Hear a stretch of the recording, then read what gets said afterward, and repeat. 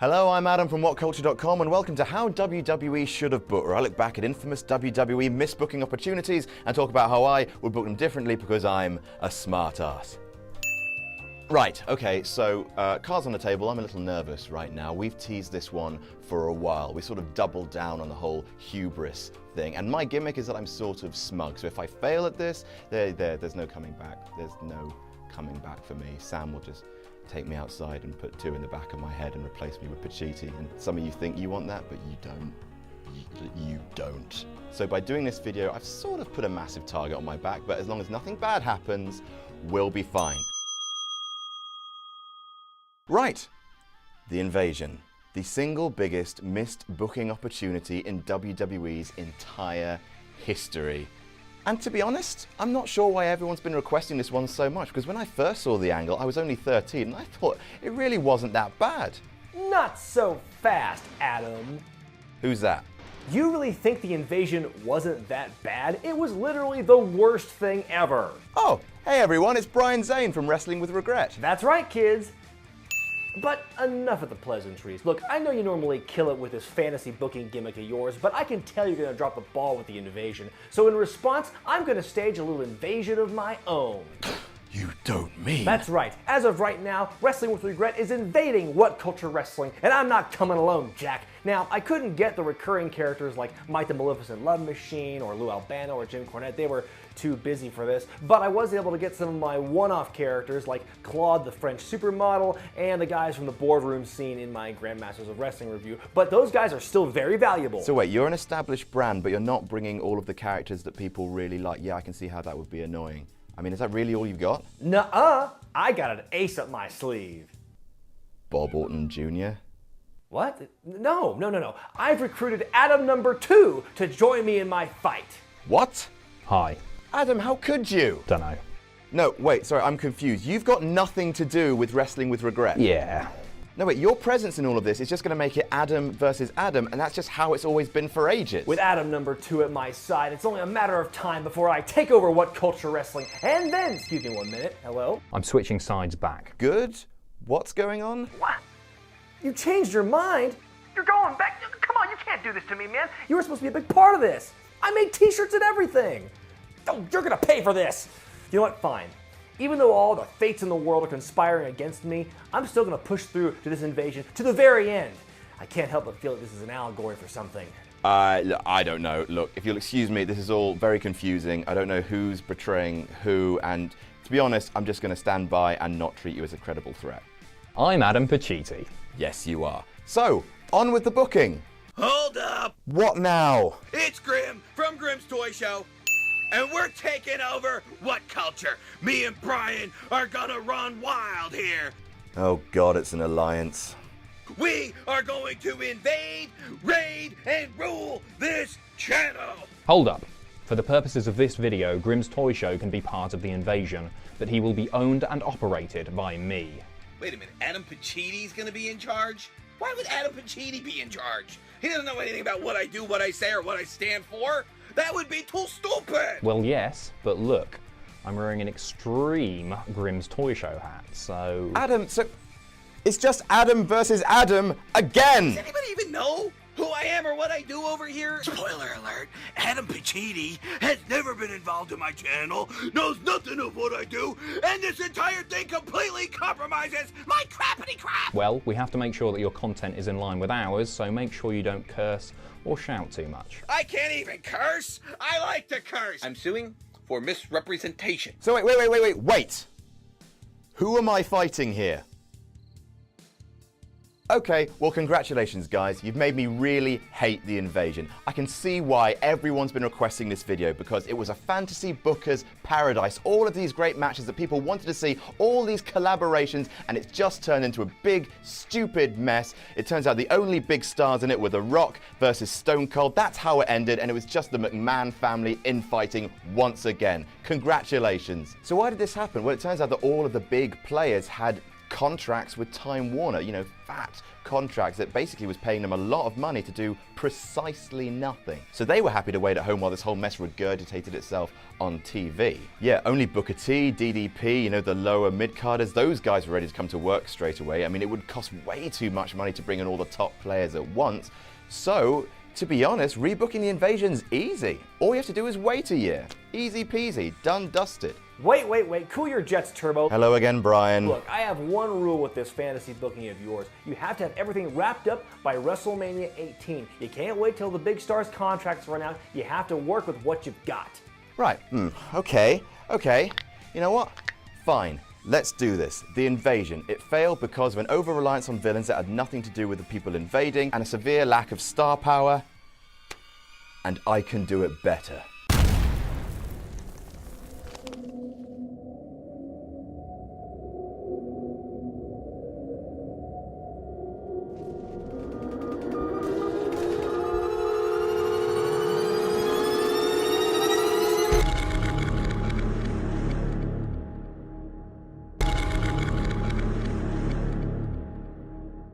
All right, here we go. You ready, Sam? You're ready. First things first, no ECW. Sorry, guys. Now, I mean, RVD and Rhino, you guys can debut after WrestleMania X7, but that's it. I know, it's a tough pill to take because people really like ECW, but you have to accept the fact that WWF just doesn't operate like ECW. And while it is good exposure, your presence is really complicating to the story. So here it is. No alliance, just WCW versus WWF. I'll explain what happens to Paul Heyman later. Secondly, I know a lot of the big players are out with big, fat contracts, but here's the thing. You can buy those contracts. You can buy them out. You can offer them enough money that they will come to work straight away. Now, that is a financial gamble, yes, and you can't do it with everyone, but you will have to do it with some people just off the off. And here's what I'm saying. Hogan, Hall, and Nash. Those guys. Buy those contracts after WrestleMania, get them ready to come in at SummerSlam. It will probably be a stupid amount of money, absolutely, but you need the NWO. They represent WCW at its most WWF ass-kicking point. That's what got them that huge 80-week ratings lead, isn't it? So you need those guys front and center at any invasion. If you want to save money, you can just bench or release a lot of the lower mid-carders. I mean, it's brutal, but you can just bring those guys back into the fold over the next few years anyway, and you don't need to clog up the system with, you know, chronic. So we start at WrestleMania X7. Now we keep most of this the same. Shane still owns WCW. He bought that out from underneath his daddy, and that was a great moment. The only thing I'd change from WrestleMania X7 is that Stone Cold doesn't turn heel. Vince McMahon makes no appearance in the main event, and instead Stone Cold beats The Rock 1, 2, 3 in the middle of the ring to a huge pop from Houston. So instead of Vince getting involved with Stone Cold, we let the Rattlesnake have a huge run at the top of the company leading up till SummerSlam, and Vince's whole thing is he continues his midlife crisis. Remember, the one that started with him making Trish Stratus bark like a dog? His new mission in life is to celebrate the fact that WWF is the only major wrestling company in America. We won.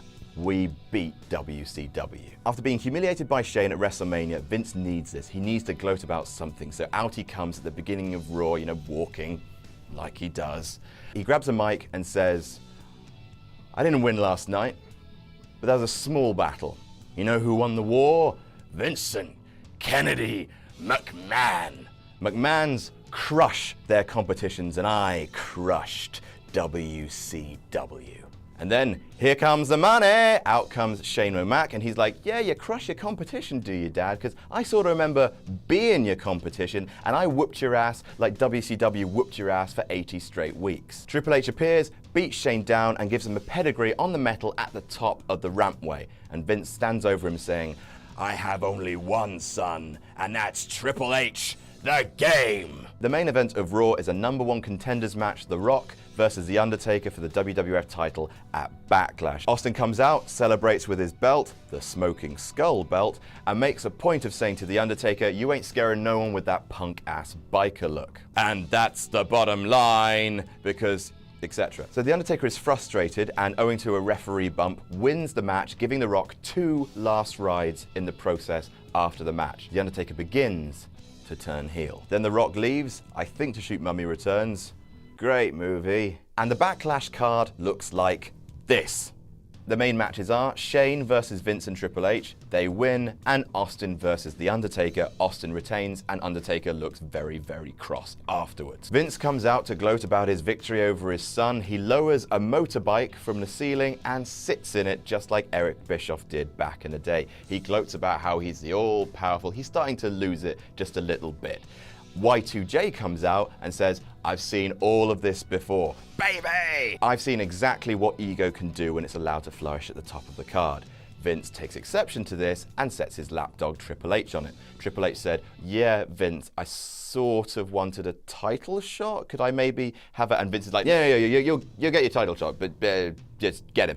Get him. So what happens then? Triple H costs Jericho in an Intercontinental title match versus William Regal. Meanwhile, Austin continues his feud with Biker Taker, who's starting to get really frustrated with the fact that he can't grab the gold. He starts attacking Austin from behind. This gets the Rattlesnake worked up, and the match is made a no-holds-barred. So the card for Judgment Day looks like this. Again, at the top of the card, Vince and Triple H versus Jericho. They win. Austin versus Undertaker, no-holds-barred. Austin, once again, retains. Out come Vince one more time. He's saying he's got a streak now, just like Goldberg did in that company, which I refuse to mention. He started wearing leather. He's really looking greasy and horrible. Jericho comes out, but he's once again attacked by Triple H, but this time Chris Benoit comes out to make the save. Again, both ex-WCW guys. Vince tries to have these guys fired, but backstage won't have it. They threaten to walk out if they do. So it's made Vince and Triple H versus the WCW guys. Meanwhile, Undertaker has teamed up with Kane to help him get the gold, the Brothers of Destruction. Kane is worried for the Undertaker's soul, but he agrees to lend a hand because, after all, they're family. The King of the Ring card looks like this. So we have Edge still win King of the Ring, and we have Austin again retain versus Kane versus Undertaker. Taker then attacks Kane after the match with a biker chain. We've got Vince and Triple H versus Chris Benoit and Chris Jericho in a cage match. Benoit and Jericho win. Humiliated again, Vince lines up a whole bunch of ex-WCW guys in the ring. You got Chris Jericho, Chris Benoit, Eddie Guerrero, Perry Saturn, Dean Malenko. He threatens to fire each and every one of them. Eddie steps forward saying, do you not remember that, hey, your lapdog Triple H, he used to be with WCW. Most people around here did.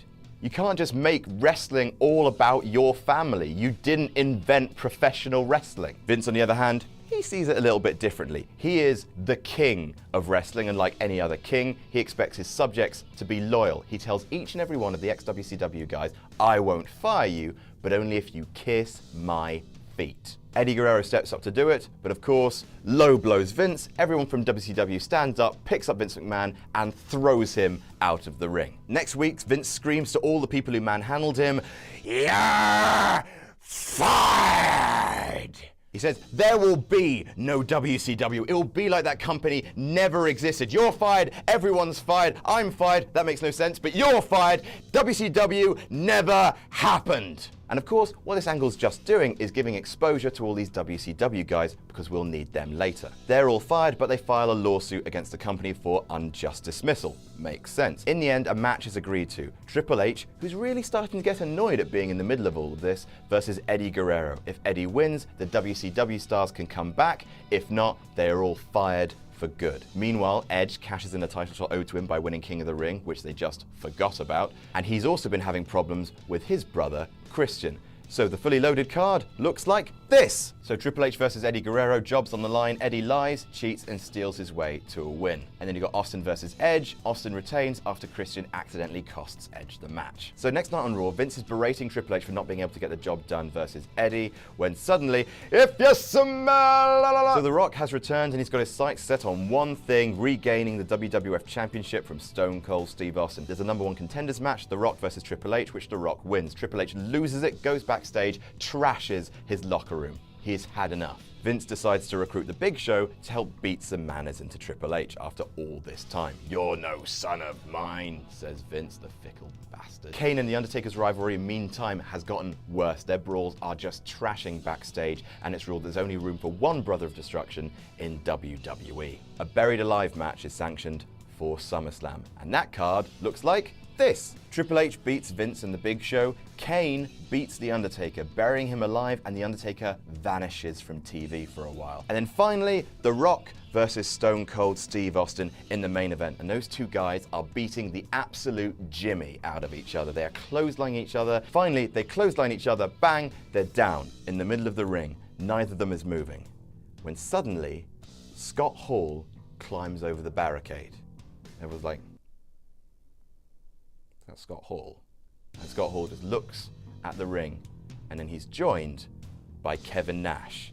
Suddenly, they're rushed by security guards, and they beat down 5, 6, 7 security guards by themselves. They're all lying on the floor, and then suddenly they do this. Out comes Hulk Hogan.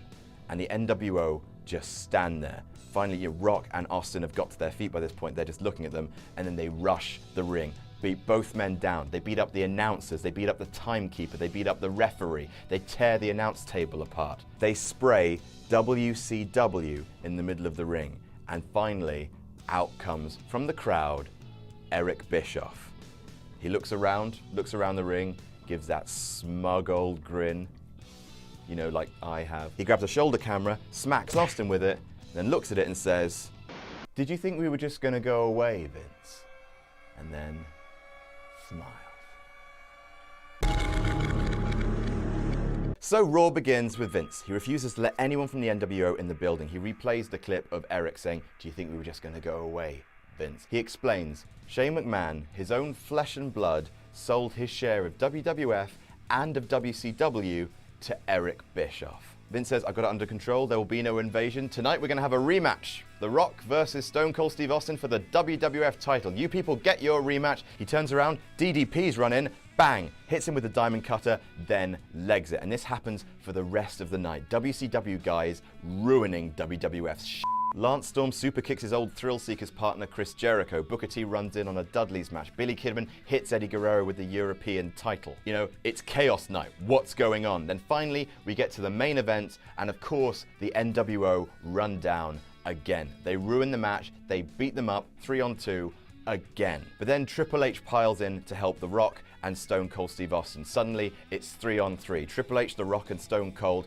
versus Hall, Nash, and Hogan. Then the rest of the WCW guys run down. Booker T, DDP, Billy Kidman. Just those guys for now. Then out comes Chris Benoit, Chris Jericho, Eddie Guerrero, but those guys fight for WWF. They left WCW. WWF is their home. Finally, the men stand opposite each other, and JR screams, "The battle lines have been drawn!" The Invasion pay-per-view is set. It replaces Unforgiven. And Eric Bischoff promises it's not just going to be WCW that kicks Vince's ass.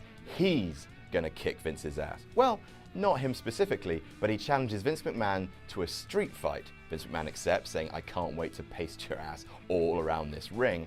And Eric Bischoff says, "Oh no, it's not me you'll be fighting. It's sort of Mr. WCW." Woo! Out comes Ric Flair, because around Survivor Series time, his contract was up and he was ready to come work for the WWF anyway. Ric Flair comes out, cuts a promo on how WCW was much better than WWF, you know, citing all the old NWA days even, you know, really get that heritage in. Then finally we have Invasion, which looks like this.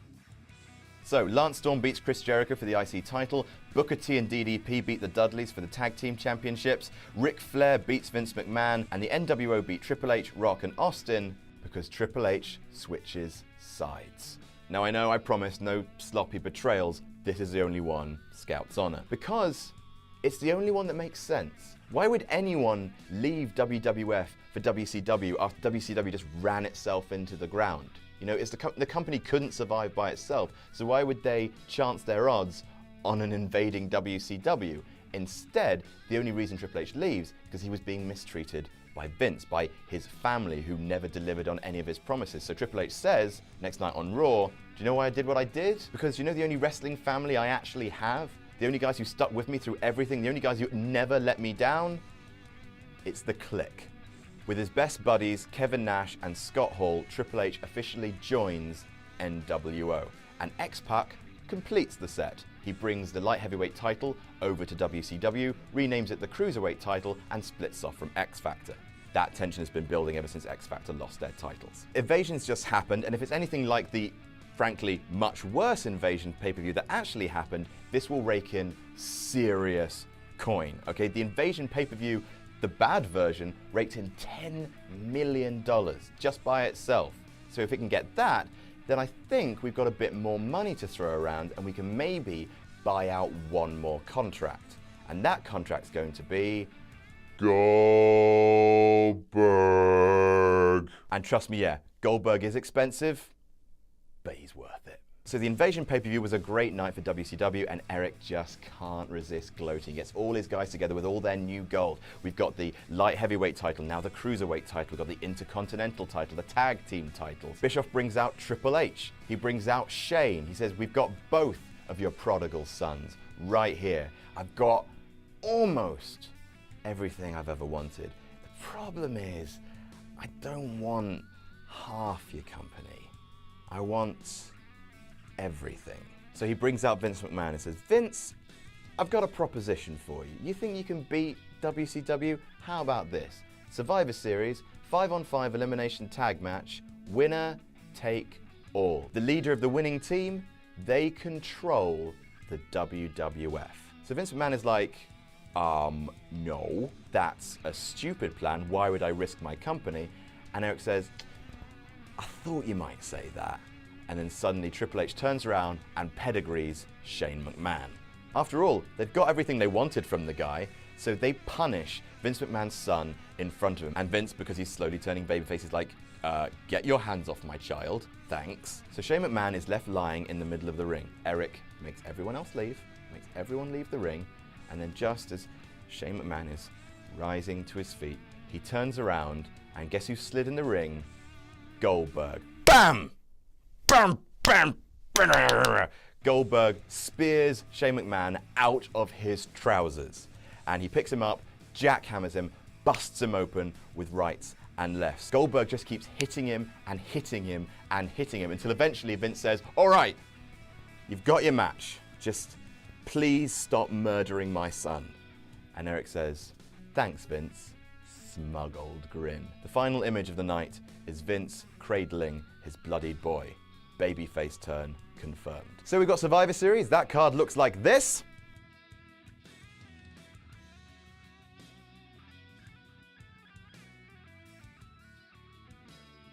At the end of the night, Team WCW win. It can be by shenanigans, if you want. I don't think it should be, because after all, WCW will finally have established itself as a force to be reckoned with, like bad guys that can get stuff done, which they never were in the old Invasion angle. JR and Heyman are like, what the hell is happening now? What do we even tune into tomorrow? Is it going to be Monday Night Raw? Are we going to be WWF anymore? What is going to happen? The world as we know it is over. The World Wrestling Federation as we know it is over. Next night, the fans tune in droves to see WCW Monday Nitro. The same old title. Out comes Eric Bischoff to open the night, and it looks just like Nitro used to look. You've got the WCW ring. The Titantron is gone and replaced. Everything is WCW except for JR and Heyman. So Eric Bischoff gets to the ring and says, well, you gonna see some changes around here. So Bischoff's in the ring. He brings out a battered Vince McMahon and tells him, you're fired.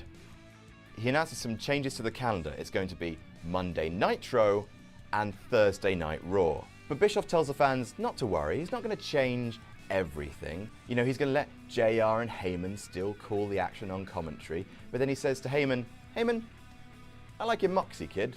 You're doing a good job. Tell you what, I'm going to double your pay. I'm going to give you twice as much as JR has because you know what? I value you. So Heyman basically turns heel commentator and starts siding with WCW for every single match. Because let's be honest, heel Heyman is much, much, much better than face Lawler. I love Jerry the King Lawler to bits, but ever since he turned face, it never quite worked. He didn't have that spark back. You can bring Jerry Lawler back, absolutely, but just have him be an on-air personality. He can be a manager. He'd be a great heel manager. So we keep JR and Heyman on commentary, and Bischoff is saying, well, it doesn't just change there, because, like, I'm not going to fire anyone, guys. That's not the way Eric Bischoff does business. I'm a smart businessman, okay? Look, yeah, I fired Vince, But I'm not going to fire any of the WWF superstars. That's just bad for business. They're just going to go to my competitors. The WWF guys, you can stay. You're probably going to have a bad time, but everyone can stay. Because after all, Uncle Eric's here to make the company better. And speaking of making things better, he announces that he has the power to cancel Armageddon, and instead he books in Starrcade, WCW's answer to WrestleMania. And he says it's going to be the most stacked card you can possibly imagine. I'm going to book you the best matches because after all, I'm better in charge. Goldberg will punish the Giant. He refuses to call him the Big Show. He only calls him the Giant. Angle versus Flair. Clean living and integrity versus the dirtiest player in the game. You got The Rock going up against Hulk Hogan, and you've got Stone Cold Steve Austin defending the WWF title against Kevin Nash. See everybody? What a card.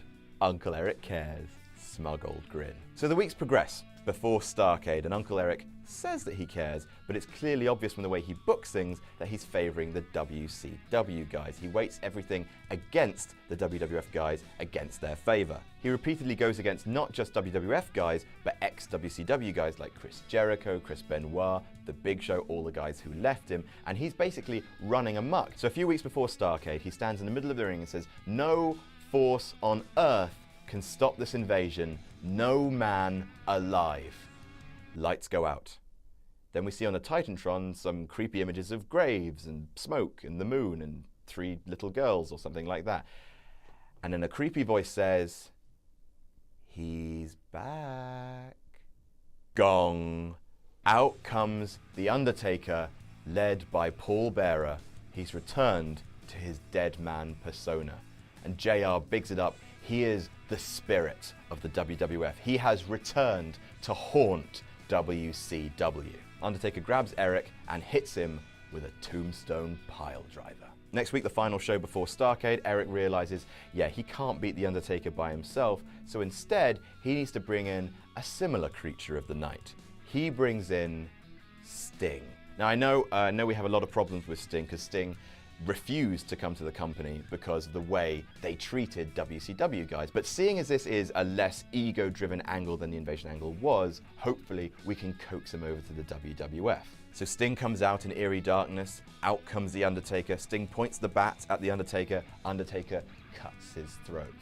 That's the final image before Starrcade, the card of which looks like this. Goldberg beats The Big Show, Angle beats Flair, The Rock beats Hogan, The Undertaker beats Sting, and Kevin Nash, with Scott Hall's help, beats Stone Cold Steve Austin. We have a new WWF champion, and Austin celebrates this by Stone Cold stunnering everyone in the building. Stone Cold goes up against the entire NWO, beating on all of them. The next pay-per-view is sold out. That's right, the Royal Rumble is cancelled.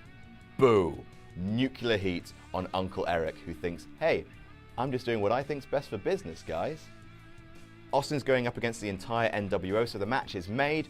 Austin versus Scott Hall versus Kevin Nash versus Hulk Hogan, a fatal four-way for the WWF Championship at Sold Out. Meanwhile, Undertaker sets his sight on Triple H for betraying the company. After all, The Undertaker is the biggest company man of them all. And the dirtiest player in the game, Ric Flair, challenges the most electrifying man in sports entertainment, The Rock, to see who can be the most charismatic man in the history of professional wrestling. Sold Out. The card looks like this. Sting beats Kurt Angle, Triple H beats The Undertaker, Ric Flair beats The Rock, and Hulk Hogan pins Nash after Austin stunners him, beginning dissension in the NWO. The Clique and the NWO are infighting amongst themselves whilst Hogan defends his actions in winning the WWF title. The Rock comes out and says, WCW may have won the battle, but they have not won the war. There's still a war going on between WWF and WCW, and a war needs a very special kind of match. A war needs war games. So we got the four-man team of Team WWF, The Rock, Austin, The Undertaker, and Kurt Angle, versus a team of Hogan's choosing. And because of all this infighting, Hogan doesn't pick Scott Hall and Kevin Nash. Instead, the team is Hulk Hogan, Triple H, Booker T, and DDP. That all goes down not at No Way Out, but at Super Brawl, and the card looks like this. So the War Games match ends with Team WWF finally victorious. They finally win a big one. Everyone's in the ring, and then suddenly the 4 WWF guys lock in 4 submissions on Team WCW at the same time. Austin has Hogan in a $1 million dream. The Rock has Booker T in a sharpshooter. The Undertaker has a triangle choke on Triple H, and Kurt Angle locks the ankle lock on DDP. DDP is the first one to say he gives up. Team WWF conquer at War Games. The Clique are getting worse and worse. They're still infighting, so Triple H brings in the daddy of the Clique to sort it out. He brings in, next night on Raw, Shawn Michaels. He wants Shawn Michaels to get everyone around and sing Kumbaya, but they refuse. And in fact, Michaels reprimands them. He reprimands Hall, Nash, and Triple H. He says, you guys left. You guys turned your back on the WWF. This was your home. These were the people that made you. What's wrong with you? And Triple H says, well, yeah, you've got a point. But to propose a counter-argument, kicks him in the gut, pedigrees him. He wants Hall, Nash, and X-Pac to help him beat up Shawn Michaels, but they refuse, because look at us. What's happening here? Hall, Nash, and X-Pac leave the ring, NWO disbands, and Triple H says, go then, go, I don't need you. I'm one of the WCW's biggest stars. He turns around into a super kick from Shawn Michaels. So things are going very bad for Eric Bischoff. NWO has disbanded. Hogan is basically playing his own game. A lot of titles have gone back to WWF, and the WWF kicked ass at Super Brawl. He screams, I am in charge. I will have order. I am in charge. Then suddenly, no chance. Success with your gut. Vince McMahon. He comes out with his swagger and says, guess who's back? Vince takes a microphone and says, did you really think I was going to go away, Eric? Turns out that Linda McMahon, Stephanie McMahon, they sold their stock in the company to Vince in order to bring him back. And they join him in the entrance ramp. Finally, the McMahons are united. All 4 of them, the owners of the WWF, they are the WWF family. They walk down to the ring. Vince says, you can beat a McMahon down, but you cannot kill a McMahon. From behind them, out comes every WWF guy that Eric has ever mistreated, and they act as a barrier, making sure that no WCW guys can save Eric. The McMahons come down, and they kick Eric Bischoff's ass. They kick his ass long enough until he agrees to put the company back on the line. It's all going to come to a head at WrestleMania. And for WrestleMania, Bischoff sort of said himself, look, I mean, we made a huge deal with the venue last year. This company can't back out. We have to do WrestleMania. So the company is on the line. There are 11 matches booked, and whoever gets the most wins the company. The last night before WrestleMania, the last Raw, the main event is an epic shoot promo between Eric Bischoff and Vince McMahon. They go 20 minutes, and they just unleash everything. All of the horrible things that they did to each other in the Monday Night Wars, Eric's shady business practices, Vince keeping young stars down, they unleash on each other, like Paul Heyman did on Vince McMahon. It is a shoot promo for the ages, and it sort of writes a line underneath the Monday Night Wars. So finally, we have WrestleMania, and the card looks like this. Edge wins a 20-man battle royale for immunity. We have a WWF guy win that in order to be a red herring. Jeff Hardy wins the Cruiserweight title, now the light heavyweight title again, from X-Pac in a fatal 4-way. Billy Kidman wins the European title. Ric Flair wins the IC title. Booker T and DDP beat the Dudleys in a 2 out of 3 falls match. Vince McMahon beats Eric Bischoff. The Outsiders retain their tag team titles versus Big Show and Kane. Shawn Michaels beats Triple H in a no-holds-barred match. The Undertaker beats Goldberg in a streak versus streak match. Sting beats The Rock in an icon versus icon match. And it's capped off with legend versus legend, Stone Cold Steve Austin versus Hulk Hogan. And everything's tied up, 5-5. It all comes down to Hulk Hogan versus Stone Cold Steve Austin, both faces of their generation, both faces of their company. In the middle of the ring, Stone Cold hits a stunner, 1, 2, 3. He beats Hulk Hogan, regains the WWF Championship, and WWF win back control of the company. And WrestleMania 18 ends with JR screaming, tune in tomorrow for Monday Night Raw. And it begins with an address from Vince McMahon, and he calls out Eric Bischoff. And he says, look, over the last few months, you fired me, and that's fine, I understand, business is business, but you didn't fire any of my guys. And you know what, I respect that. I respect that head for business. So I'm not gonna fire any of your guys. He says, together, we're gonna make the WWF the strongest wrestling company it can be, the best of WWE and the best of WCW. He and Bischoff shake hands, the handshake that ends the Monday Night Raw. And then Vince swerves everyone by making Eric Bischoff the general manager. Because as Vince says, he'd rather have a son of a bitch working for him than working against him. And Eric looks down the camera and smiles that smug old grin. So guys, invading guys, how did I do? Well, Adam, against all the meager odds I threw at you, you still managed to persevere and push back the Wrestling with Regret invasion. I can't believe it. I can't believe it. I can't believe that I, an outsider, lost this confrontation that you yourself helped put together. Why does this all sound so familiar? You know what? This isn't over. That awkward moment when your invasion angle flops harder than a fat chick at the beach. Okay, and what about you guys at home? Did I book it better, or did I just bring in established names to help artificially raise the stakes and sugarcoat weak booking? Wink. Let us know in the comment section. Don't forget to like, share, and subscribe. Follow us on YouTube, follow us on Facebook, and make sure you follow Brian Zane from Wrestling with Regret and Grim from Grim's Toy Show. Huge thanks to those guys for helping out. And you can follow everyone on Twitter here. I'm Adam from WhatCulture.com. Happy New Year. We'll see you soon.